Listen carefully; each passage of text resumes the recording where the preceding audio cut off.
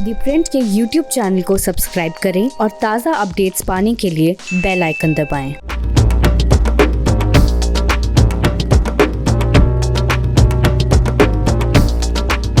आप में से बहुत सारे व्यूअर, दर्शक हमारा जो प्लेटफॉर्म है उससे आप जुड़ चुके होंगे। आप लोगों ने, ढेर सारे लोगों ने सब्सक्राइब किया होगा हमारे प्लेटफॉर्म को। लेकिन उन दर्शकों के लिए जिन लोगों ने अभी तक सब्सक्राइब नहीं किया है, उनके लिए खास तौर से अपील है कि किसी भी लोकतंत्र में अगर आप एक निष्पक्ष मीडिया चाहते हैं तो आपको उसका मनोबल बढ़ाने के लिए उसके साथ जुड़ना होगा, उसे सब्सक्राइब करना होगा। तो जो दर्शक अभी तक जिन लोगों ने सब्सक्रिप्शन नहीं लिया है, उनसे गुजारिश है कि आप लोग सब्सक्राइब करें, हमारा हौसला बढ़ाएं। तो इसके बाद हम आते हैं आज के मुद्दे पर। आज हम प्योर पॉलिटिक्स में बात करेंगे दो मुद्दों की। पहला मुद्दा है कि बीजेपी की तरफ से जो स्टार प्रचारकों की लिस्ट जारी हुई है, उसमें से बीजेपी के 30 बड़े नेताओं के नाम शामिल हैं, लेकिन 2 बड़े नेता जो बिहार से ताल्लुकात रखते हैं, खास करके बिहार में चुनाव है, उनका नाम उस लिस्ट से नदारद है। वो कौन है? वो है राजीव प्रताप रूढ़ी, जो पहले वाजपेयी सरकार में सिविल एविएशन मिनिस्टर रह चुके हैं, और दूसरे हैं शहनवाज हुसैन, जो कि वाजपेयी सरकार में उन्होंने भी सिविल एविएशन मिनिस्ट्री संभाली थी और खास करके और भी कई मंत्रालय उन्होंने संभाल रखा। दोनों नेताओं के नाम बीजेपी की पहले स्टार लिस्ट से गायब है। दूसरा जो बड़ा मुद्दा है कि बिहार की पॉलिटिक्स, जो खास करके एक ज़माने में लालू प्रसाद का जो ज़माना था, उस ज़माने में माना जाता था कि किस तरह से क्रिमिनल और क्रिमिनलाइजेशन और पॉलिटिक्स को लालू प्रसाद ने बढ़ावा दिया था, उसके बाद भी 2020 में भी ढेर सारे ऐसे नेता हैं जो बाहुबली हैं, जिनके ऊपर रेप, मर्डर, एक्सटॉर्शन के ढेर सारे चार्जेज हैं। वो भी अपनी चुनावी मैदान में अपनी किस्मत आजमा रहे हैं। तो उस पर भी हम बात करेंगे प्योर पॉलिटिक्स में। मैं हूं शंकर अनिमेश। तो शुरुआत करते हैं कि बीजेपी जो स्टार प्रचारकों की लिस्ट जो जारी हुई है, उसमें से कौन कौन नेता उस लिस्ट में शामिल हैं। निसंदेह उसमें प्रधानमंत्री नरेंद्र मोदी, गृह मंत्री अमित शाह, राजनाथ सिंह जो कि डिफेंस मिनिस्टर हैं, ये सारे नाम शामिल हैं। योगी आदित्यनाथ इकलौते मुख्यमंत्री हैं जो कि उस लिस्ट में उन्होंने जगह अपनी बनाई है, जो बिहार में चुनावी कैंपेन करेंगे। इसके साथ में संजय जायसवाल जो कि बिहार बीजेपी के अध्यक्ष हैं, सुशील कुमार मोदी जो कि डिप्टी सीएम हैं, भूपेंद्र यादव जो कि बिहार के प्रभारी हैं बीजेपी के, देवेंद्र फडणवीस जो फॉर्मर सीएम हैं और इस समय बिहार के इलेक्शन इंचार्ज हैं, राधा मोहन सिंह जो कि पहले कैबिनेट मिनिस्टर रह चुके हैं और इस समय एमपी हैं, और ख़ास करके जो मोतिहारी का इलाका है वहाँ पे वो अपना होल्ड रखते हैं, वो भी इस लिस्ट में हैं। गिरिराज सिंह केंद्रीय कैबिनेट में मंत्री हैं, स्मृति ईरानी महिला होने के नाते उनकी कपिल है, उनको भी जगह मिली है। अश्विनी चौबे बिहार से आते हैं और केंद्रीय कैबिनेट में मंत्री हैं। नित्यानंद राय, आरके सिंह, धर्मेंद्र प्रधान, रघुवर दास, ये सारे नाम शामिल किए गए हैं। मनोज तिवारी चूँकि जो पूर्वी और पुरवैया वोट बैंक है, उसके लिहाज से खास करके जो बक्सर का इलाका है, इसलिए उनको शामिल किया गया है।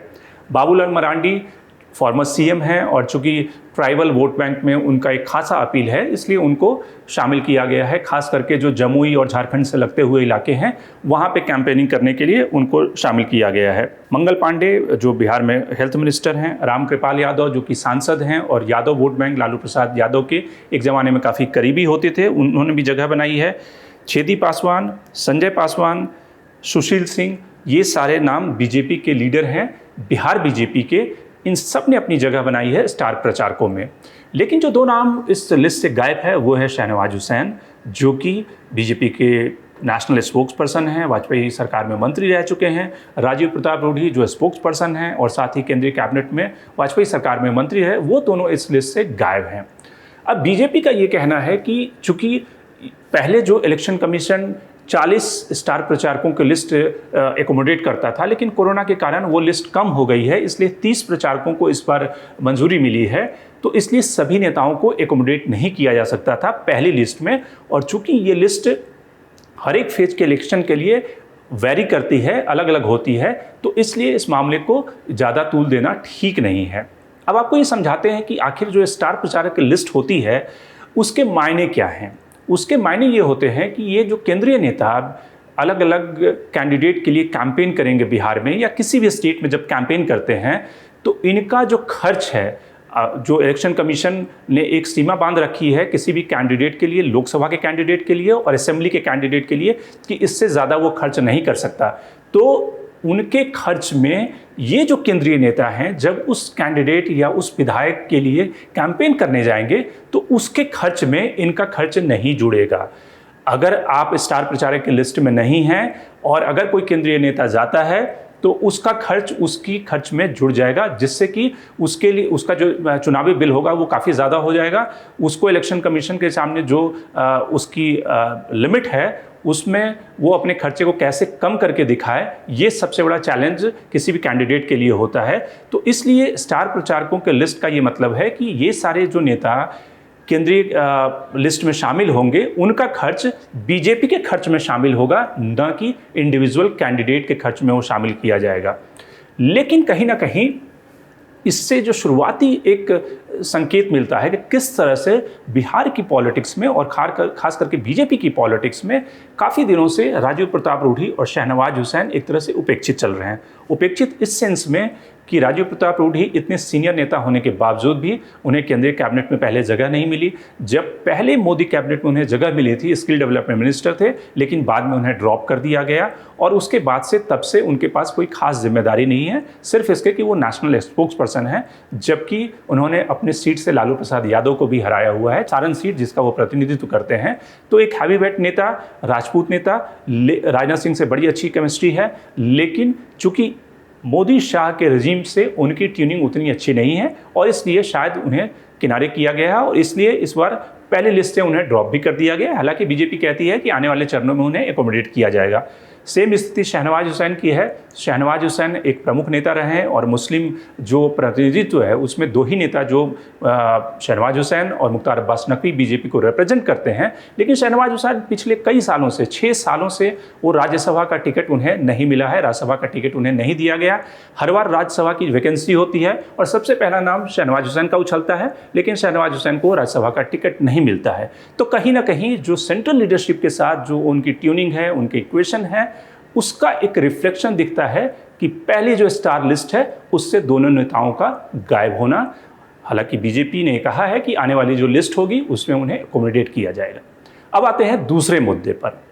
दूसरा मुद्दा है बिहार की क्रिमिनल पॉलिटिक्स, क्रिमिनलाइजेशन ऑफ जो इलेक्टोरल पॉलिटिक्स है जो बिहार की, उस पर बात करते हैं कि इस समय तकरीबन जो बड़े डॉन हैं बिहार के 12-13 डॉन बिहार में इस बार अपनी किस्मत आजमा रहे हैं। इसके अलावा ढेर सारे ऐसे नेता हैं, करीब 40-45 ऐसे नेता हैं जिनके ऊपर ढेर सारे क्रिमिनल चार्जेज हैं। लेकिन जो बड़े डॉन हैं इस बिहार की विधानसभा में जो अपनी किस्मत आजमा रहे हैं, हम उसकी चर्चा करते हैं। तो सबसे पहला नाम है छोटे सरदार। छोटे सरदार कौन है? जी हाँ, वही अनंत सिंह, जो कि मोकामा के इलाका, जो मोकामा का इलाका है, उस इलाके में अपना खासा होल्ड रखते हैं। और इनकी एक ज़माने में नीतीश कुमार से बड़ी अच्छी ट्यूनिंग थी। नीतीश कुमार को इन्होंने एक ज़माने में सिक्के से तौला था, चांदी के सिक्के से तौला था। इनकी जो खासियत है कि मर्सिडीज में चलते हैं, ये अपने घर में हाथी और घोड़े पालते हैं। अजगर भी इनके घर में कई बार मिला है। तो ये छोटे सरदार भी अपनी किस्मत आजमा रहे हैं इस बार आरजेडी के टिकट से। हालांकि इनकी पत्नी ने भी निर्दलीय नॉमिनेशन फाइल किया है कि अगर उनका कैंडिडेचर रद्द हो जाता है तो उनकी पत्नी उनके जगह पे लड़ेगी। दूसरे जो नाम हैं वो हैं रीतलाल यादव, जो कि खासे ढेर सारे उनके ऊपर चार्जेज हैं, क्रिमिनल चार्जेज हैं, murder, kidnapping, attempt to murder, ये सारे चार्जेज हैं। और एक ज़माने में उनकी जो आप कह सकते हैं स्ट्रॉन्ग होल्ड इतना ज़्यादा था कि लालू प्रसाद यादव को अपनी बेटी मीसा भारती को जिताने के लिए उनके घर जाना पड़ा था, उनसे समर्थन उन्होंने मांगा था, अपील करनी पड़ी थी। आनंद मोहन, जो राजपूत लीडर और एक ज़माने में जेडीयू के काफ़ी करीबी होते थे, लेकिन चूँकि वो जेल में एक डीएम के मर्डर में वो अपनी जेल की सज़ा काट रहे हैं, उनकी पत्नी लवली आनंद, जो कि पहले भी एमपी रह चुकी हैं, वो इस बार आरजेडी के टिकट पर चुनाव लड़ेंगी और साथ ही उनके परिवार के एक और सदस्य चुनाव लड़ रहे हैं। तो इस तरह से करीब 12-13 ऐसे बड़े डॉन हैं जो बिहार के चुनाव में अपनी किस्मत आजमा रहे हैं। सवाल ये है इस पूरे कहानी में कि आखिर जो बिहार की पॉलिटिक्स है, एक ज़माने में बिहार की पॉलिटिक्स में आपने देखा होगा कि किस तरह से वहाँ पे बूथ लूटे जाते थे, गोलियाँ चलती थी और इलेक्शन कमीशन ने जो इन्फोर्स किया वहाँ पे, और उसके बाद फिर धीरे धीरे इलेक्शन का जो पूरा प्रोसेस था वो ट्रांसपेरेंट हुआ। लेकिन अभी भी बिहार की पॉलिटिक्स में जो ऐसे डॉन हैं, ऐसे क्रिमिनल हैं, उसमें से कई सारे क्रिमिनल जेल में हैं, लेकिन उन्होंने प्रॉक्सी कैंडिडेट के तौर पर अपनी पत्नियों को उतार दिया है। तो ये जो बिहार की पॉलिटिक्स में क्रिमिनलाइजेशन है, जो वहाँ पे रंगदारी, मर्डर, ऐसे जो चार्जेस वाले क्रिमिनल हैं, उनको हर पार्टियाँ क्यों अडॉप्ट करती है? वो इसलिए अडॉप्ट करती है क्योंकि वो अपने इलाके में खासे अपना होल्ड रखते हैं और किसी भी पार्टी को लगता है कि सीट निकालने के लिए वो कहीं ना कहीं उनकी मजबूरी बन जाते हैं, चाहे लालू प्रसाद यादव हो, तेजस्वी यादव हो या फिर नीतीश कुमार हो। नीतीश कुमार की पार्टी से भी 2-3 ऐसे जो क्रिमिनल कैंडिडेट हैं वो इस चुनाव में अपनी किस्मत आजमा रहे हैं।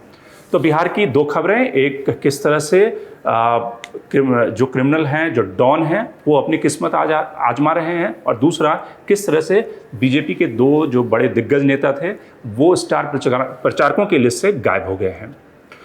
तो इस कार्यक्रम में इतना ही, लेकिन आप हमारे YouTube चैनल को सब्सक्राइब करना ना भूलें और साथ ही अपने कमेंट्स, अपने रिएक्शन हमें लगातार भेजते रहें। शंकर अनिमेश, लगता है।